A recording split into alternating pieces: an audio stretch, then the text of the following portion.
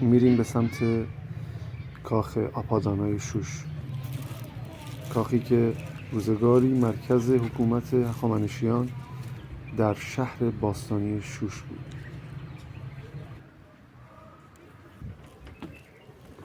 بعد از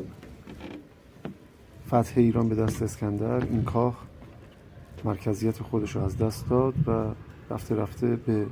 فراموشی سپرده شد و خروار خروار خاک روش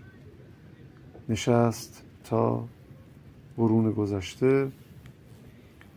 که دو باستانشناس فرانسوی به نام مادام دیالافوا و همسرش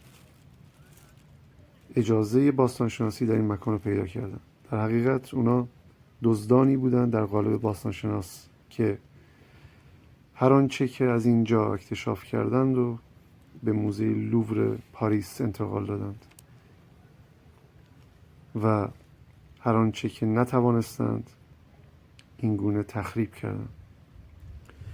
تا سندی باشه از خیانت اونها به مردم و تاریخ کشور ما.